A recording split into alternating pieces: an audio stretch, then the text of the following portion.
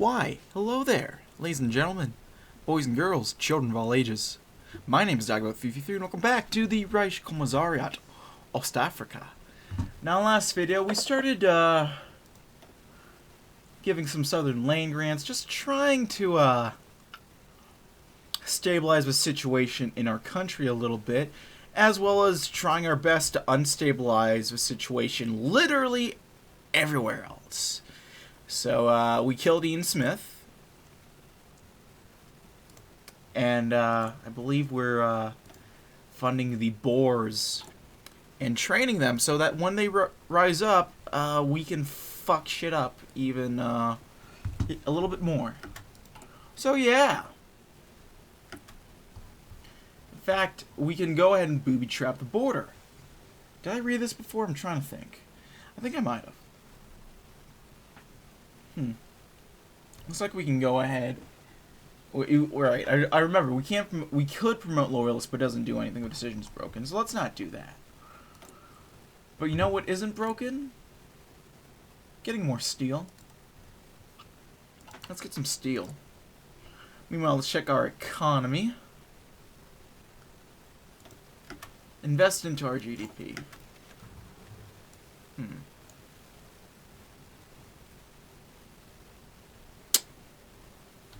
It was past midnight. Deeply ensconced in his favorite armchair, Hutik sipped at a glass of cognac, ignoring the murmuring chatter around him.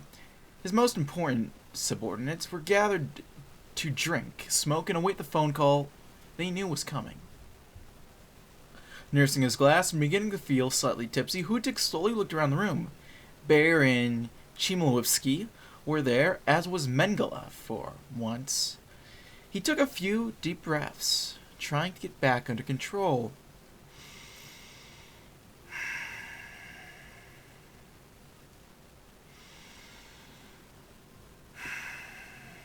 Perhaps, he thought, this ought to be his last drink. He mustn't disgrace himself in front of everyone. The shrill ringing of the telephone put a sudden end to his underling's prattle. When Hutik made no move, Bayer stepped forward and picked up the receiver. He stood there for a while, listening and growling more and more puzzled. Yeah? Yeah, danke. Hanging up, Baer turned to the gathered dignitaries and announced with utter bewilderment that the operation had failed, with the East African assassins being unable to find Smith, and yet, somehow, Smith had still been killed. Okay, so we didn't kill him, but he's dead. So, yeah. Still staring into the middle distance, Hutik heard his underlings debate what could have possibly happened, eventually deciding it must have been the Boers having the same idea. Realizing the men were all looking to him, expecting him to say a few words, Hutik sat down on the empty glass and stood. Thankfully, he didn't stumble away. Men, today we triumph once more. Through our bullet went astray, it is clear that the degenerate state of South Africa needs little encouragement to collapse from the rot within. Long live National Socialism! Und long live the Führer! Was he slurring? He couldn't tell. He felt a moment of trepidation as he looked to Bear in Chmielewski's eyes. Could they tell? Although most still looked utterly baffled at certain events, his men seemed emboldened. Feeling drowsy and embarrassed, Hutik sank once more into his armchair. Sonny Smith was dead. That ought to shake the decaying decadence of South Africa up a bit, but for some reason he found it difficult to care about it right this minute. His vision seemed to swim before him. Could the others tell he'd let himself get drunk? Surely not. Surely not. Besides, this was a once-off. A celebration. It wasn't a violation of a Spartan discipline. It was all right to drink a little bit more on occasion, on such of these. Wasn't it? His face was like the autumn sky, overcast one moment and bright the next. So, we didn't kill Ian Smith, but he's dead, so, it worked out, I guess? I don't know. Burgundy has nukes. Hutik stepped motionless behind his desk, staring at the ceiling as he had been for some time. Waking at 1 in the afternoon with a churning stomach and a bad case of cotton mouth, he'd stumbled to his office, and when he found that attempting anything resembling a thought gave him the sensation of a pair of ice picks being forced through the eyes, Zeresh Komazar had decided to spend some time recovering his faculties. I'm gonna look up who these guys are exactly so that I can go and read. Okay, anyway. So this was a real hangover. It bore a little resemblance to those pathetic little headaches he used to get as a boy when he filched for a few of his beers, which he now realized were a dim shadow of the real thing. Groaning, he leaned forward to stare at the desk. It was stacked high with the paperwork. Missives, reports, memos, orders, telegrams, letters, requests, demands, transcripts, bulletins, dispatches, and tidings fair and ill that had accumulated since the prior afternoon. Wanting nothing more than to dive over the palace balcony to the gravel below as he thought of answering them, much less the horrific prospect of having to categorize them, he found his eyes drawn to the morning newspaper sporting the tantalizing headline, "Ian Smith shot in Vryburg." Though every cell in his body screamed at him, Hutig watched himself pick up the newspaper in an attempt to read. His stomach swirled like a whirlpool as he attempted to digest what the newspaper was telling him. Oddly, almost all of the details on Smith's death mentioned in the article were different from those he'd been given by his intelligence officers at the party the evening before. Were the men so incompetent that he couldn't get correct intel on their own operation? Or had someone else gotten credit to Smith before they could, and had they intentionally taken credit for it either mistakenly or intentionally in the hope of increasing the prestige on the backs of the real assassins? If his suspicions were correct and Smith had been taken out by a third party, then it appeared to prove that South Africa's spiral into the abyss was happily progressing on its own, and he didn't need the extra push. At least that's what he would have thought had he been capable of cognition. With only a few neurons firing haphazardly, he leaned back in his chair, feeling that familiar creak deep in his bones, and, teeth clenched, resolved to never drink again. Of course, he had a glass of cognac in his hand within an hour. The wilderness burst into a peal of laughter that would shake the fixed stars in their place. Well, there we go. I think in the South Africa path it tells you the CIA kills Smith, I want to say. I'm not quite sure entirely. So I'm going to look up who these guys are exactly, because I'm curious. First we have Richard Baer. Let's see. He was the commandant of the Auschwitz I concentration camp. And then after that, he was the commandant of the Mittelbau-Dora concentration camp. Not a good guy. Managed to avoid prosecution, but he was recognized and arrested in 1960, and he died in detention before he could stand trial. Ah!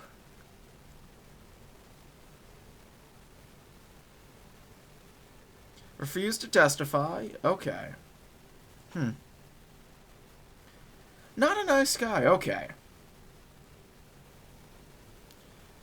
Good to know. Mengele, I mean, I could go through some list of horrific shit he does, but Bayer, we'll focus on Bayer a little bit. But before that, we gotta do a little focus. So let's go and build a stockpile. While we have enough weapons to equip our regular forces, the last war taught us that attrition is a constant, and our increasingly large army will need much more equipment than we can currently produce. In order to ensure that we won't face shortages at a critical moment in the war, we need to stockpile all produced equipment and properly maintain everything currently in use, be it old or new. From Mighty Panzer to a single Lugel pistol round, we will collect and preserve everything we might need. Everything. There we go. So yeah, that's Richard Baer. Not a nice guy at all. Flicking a switch, the drill sergeant killed the lights. For a moment, the only sounds were a ceiling fan whipping the fetid tropical air around the room, and the gathered soldiers shifting in their seats. Another flick, the whirling of a film projector. An image appeared on the wall, accompanied by a boisterous military music.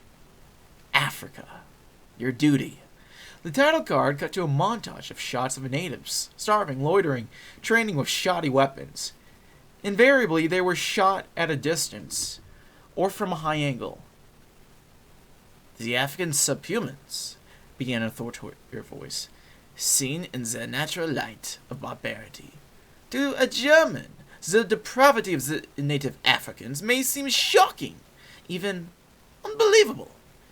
Before the arrival of the Aryan to Africa, the subhumans of this land existed in a state of animalistic savagery, lower than all others on earth, lower than even the Jew." Shots of mud huts, sparse fields, men with spears.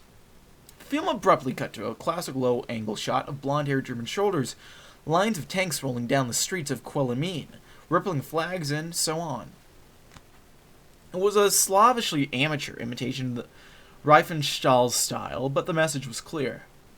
"You are part of the Aryan vanguard, the force bringing civilization and the values of National Socialism to the untamed shores of Africa. We will civilize this land. We will cleanse the taint of degeneracy and decadence from the people. As the subhumans will often not accept their rightful place in our purified new order, it is our duty to enforce the edicts of the Reich in these, our newest and wildest territories." Shots of Germans with machetes cutting through the jungle, launching mortars. "You are trailblazers, entrusted with carrying forth the sacred flame of Aryanism."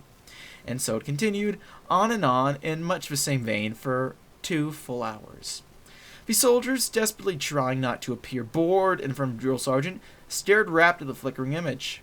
At last the film ended, the projector clattering to a stop, plunging the room once more to darkness. "Your strength is just an accident arising from the weakness of others." Anywho, trying to think what else to talk about. I guess work started for me, which is pretty exciting. Work/school, because I think I've talked about this a little bit. I work at my school, I do tutoring. And, so that's left me pretty busy. That War Maurice wanted Hutig, of all people, to bail him out? This had to be a joke. Send his valuable resources to help that degenerate moron fix his mistake? Was he fucking kidding? There was no way in hell! It would be less of a waste to just throw the stuff in the ocean than it would to send it to Madagascar. Then again, there was possibly some benefit of being seen propping up a failing Reich Commissariat. The request was not so excessive that it would sink Ostafrika. Germania would see what it was happening, of course, and Hutig and Maurice would both get what they fucking deserved. Sorry, that's a little Joker reference for you guys. I thought these were the same names for a second. Send the requested equipment. And give us some steel. Anyway, so yeah, I started up work, which is fun. I think, ironically enough, I have less free time, but I've sort of realized something weird about myself. I think the less free time I have, the more I'm able to do hobbies like my YouTube and stuff. Because if I have a bunch of free time, I just think, oh, I'll record it later. I'm not feeling it. I'll do it later. Actually, I'll record it. I have time. I'll stream later. I have plenty of time, and I just never do it. So, ironically enough, I think having more stuff to do makes it easier for me to just, bullshit around and do this.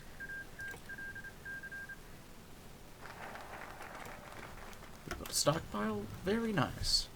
So yeah, I guess one of the reasons I've come back is that I'm able to structure time, plan out ahead of time. Okay, I should probably go ahead record on this date after I finish this job or this little bit of work. So that kind of has helped me organize things. So I guess that's a neat little behind the scenes examination. Fluorescent lights flicked on, one after the other, lighting the vastness of the warehouse. Hutig's glistening polished boots clicked on the concrete floors as he stepped inside. Bayer and Chimowski hot on his heels, each trying to stand together and walk faster than the other, their jockeying for Hutig's attention going once again unnoticed. Hutig looked at the immense shelves, stretching far in every direction. They were stacked with huge green crates, thousands of them. Wordlessly glancing aside at Bayer, his underling responded to his unspoken demand for further information. This zone contains medium-grade assault weaponry, Reichskommissar. Some will remain here, while others will be sent to our Boer allies or stockpiled in our networks of hidden weapons, caches, in the south. Hudig stopped abruptly, bringing the train of advisors, officers, and adjuncts to a screeching halt behind him. As Hudig turned on his heels, Bayer began to wonder if he had been foolish in drawing the Reichskommissar's attention. And have all agreed upon specifications been followed to the letter? For I warn you,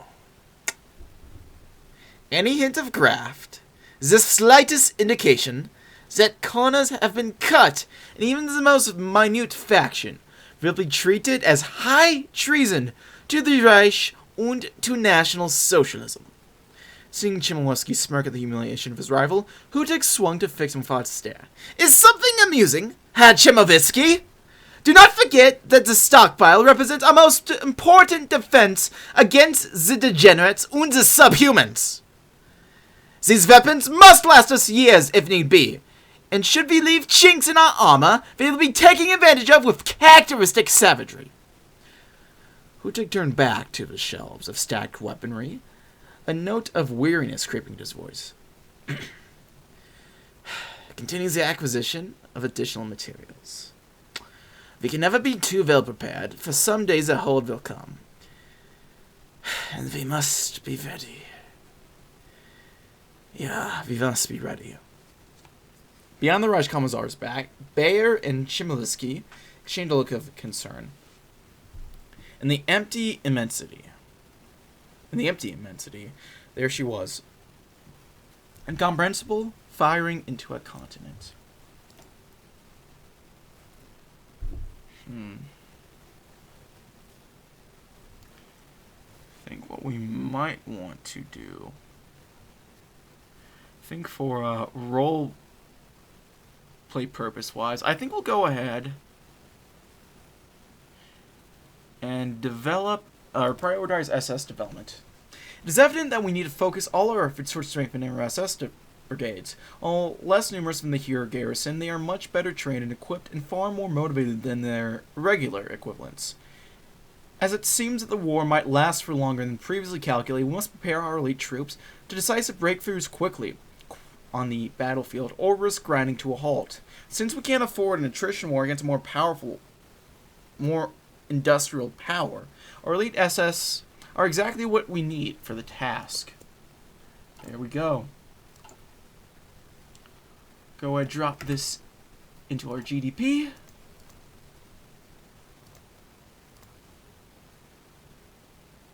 Yeah, there we go.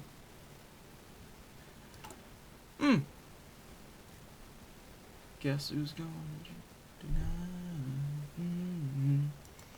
Guess who's going to jail? Oh, I've been listening to the new Kanye album non-stop since it dropped.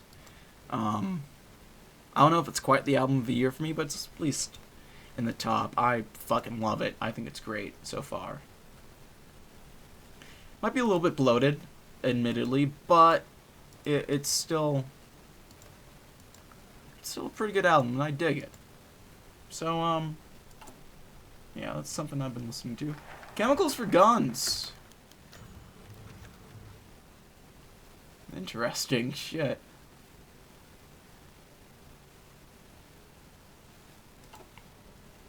Reichskommissar Hudig flipped unenthusiastically through the dossier of applicants to the Ostafrika SS. Most were from the army or were the planter's sons looking for a better life. All were horrifically unimpressive, and some were dubiously Aryan. What a motley bunch of exiles and rejects he had to work with. Unlike the pseudo-degenerate pigs Schenk and Mueller, he would sooner die than allow natives into the SS. By filling the ranks of the Sudwest African and Central African SS with mongrel dogs, they annihilated any possible claim that they could have regarding their advancement of National Socialist values in Africa. Hudig felt his temples throb with hatred as the dossiers in front of him faded away, replaced by Schenk and Mueller's faces appearing before him, contorted with laughter, mocking his dedication to the Reich and to National Socialism. Stomach foaming with loathing, he almost vomited all over his desk from the sheer violent distaste he felt for his fellow Reichskommissars. Desperate to spell the vision, Hutik forced his eyes shut, squeezing tears from the corners to roll down his cheeks and, saltily, into his mouth. Why did the Reich favor them? They were incompetent, wasteful, indolent, and 1,000 other unsavory adjectives. And yet, all he ever got were the dregs, the scraps, while his letters on Schenk and Mueller's behaviors to Germania went ignored. It was infuriating, stomach-churningly, migraine-inducing, jaw-clenchingly infuriating. Realizing he was losing control over himself, Hutik took a deep breath and tried to calm down. He shouldn't pine for the attention of Germania and the media lavished upon the other two. It was enough to be a devoted servant of the Reich and National Socialism, enough to be a pure Spartanist, a pure Aryan. And yet, even as the rage faded and the tears dried, he found it was impossible to change the image. Were they sitting in Luanda or Hillerstadt right now, laughing at him? Throwing aside the dossier, Hutik yelled for more cognac. A droll thing life is, that mysterious arrangement of merciless logic for a futile purpose. Well, there we go. Next, the home of the exile. Our officer corps is, of course, selected by the Heer from its headquarters in Germania, which means we have no choice over who is sent to serve here. Of course, this has resulted in our officers being mostly exiles from the SS, removed from the mainland for views not in line with the mainstream National Socialism, and their mixed loyalties with Burgundy.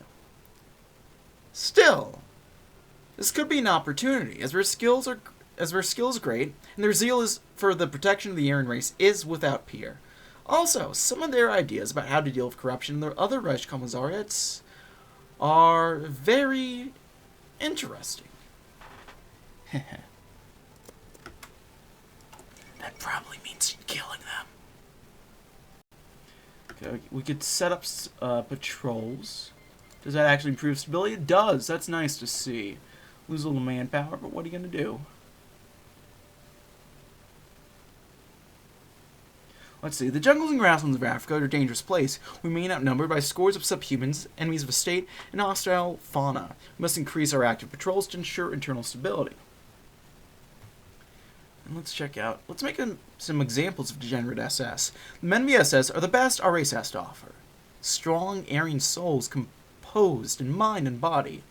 However strong as they may be, none may be forever free from degenerate corruption. Purity is not merely a racial entitlement, but an active mindset. If we wish to survive, then we must make an example of cowards and traitors from time to time. Does that work? It works with stability, not so much with war support. A little bit of a shame, but what are you going to do?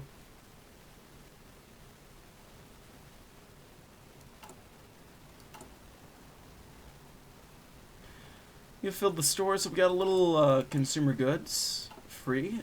We still are not building anything. We can't, I believe. Yeah, in fact, we can build something in the capital, but it is not going to be built because we don't have factories assigned to it. Let's pay off some debt.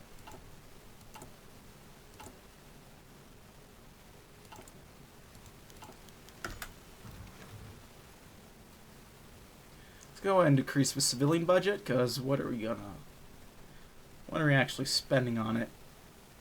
Curious if we actually up construction, will that do anything? So far, no. No. Okay. Hansutig's head pounded with every breath, hammering agony onto his eyes and stomach. Running this slice of the Reich was challenging enough, with staff idiotic at best and malicious at worst, hurting loyal sons of the Reich to their deaths against bloodthirsty savages. Now it pained him to so much as crane his neck. How could he do any more for this world and still suffer? Hutik massaged his temples as he sat up, and bile rocketed from his stomach, keeling the man over. Still, he mustered Aryan will into his throat as desperate hands fumbled from the bedside telephone. Get the fuck in here now! Bayer stormed through the room. Yeah, Hutik. I came as soon as I And they stopped dead and registered the view, blinking once, twice, thrice with wide eyes. Before him, the most feared man in Africa laid next to a puddle of yesterday's dinner. Hudig's eyes flickered to life. Bear, stop gawking and help me for once, you imbecile! Bayer had seen things that would drive saints into insanity, but this... He stammered for an answer. Of course, mein Recht Kommissar. I'm at your leisure. Yeah. Stop. Before I draw my gun and find someone who will. Oh, they do mean soup, okay. Soup. Before I draw my gun and find someone else who will. It took the attendant more seconds than appropriate a fashion leave. At once, Herr Huttig. Moments later, Bayer returned with a tray full of soup and a handful of servants ladling generous heapings into a bowl. As he fiddled with a pack of Blue 88, the advisor blurted out a dismissal to his companions. Bayer turned to other concerns as they left, like the pill on his hand. Years of assassination attempts had taught Herr Huttig never to accept capsules under any circumstances. A second's hesitation, the advisor knew, and he would be shot. Or worse, so when his boss's eyes squinted, one swift motion had crushed the pill onto the broth and brought a spoonful of both onto his gaping mouth. The terror of Africa's eyes shot open, and then softened. If you think for a second that you can get away with this, you'll be... I will. Reichskommissar Hans Huttig dozed back to sleep. Bayer stood over the sleeping man, pale as a ghost. Come again on the last part, Herr Huttig. Nice. So let's see, yeah, our consumer goods is kind of dog shit. We have -1 to build stuff with. So, you know, that's interesting. Let's get better infantry weapons. That'll be a pretty good thing overall. And I actually have to remember, I gotta cut it here, folks. Thank you guys for watching an hour. Like the video, leave a like. If not, feel free to dislike. If you want to see more of this content in the future, hit the sub button for more uploads. Every weekday as well as every Saturday. If you have any comments, feedback, concern, anything of sort, leave them in the comment section below. I read all the comments I get and I appreciate any feedback you might have for me. If you want to chat, play games, anything of sort, check out my Discord. If you want to send me back to my remote, I have Patreon. If you want to see me do this sort of stuff live, I have Twitch, all of which are down in the description box below. That's really all for now, folks. My name has been DB333. Thank you for watching, and I'll see you guys next time. Bye-bye.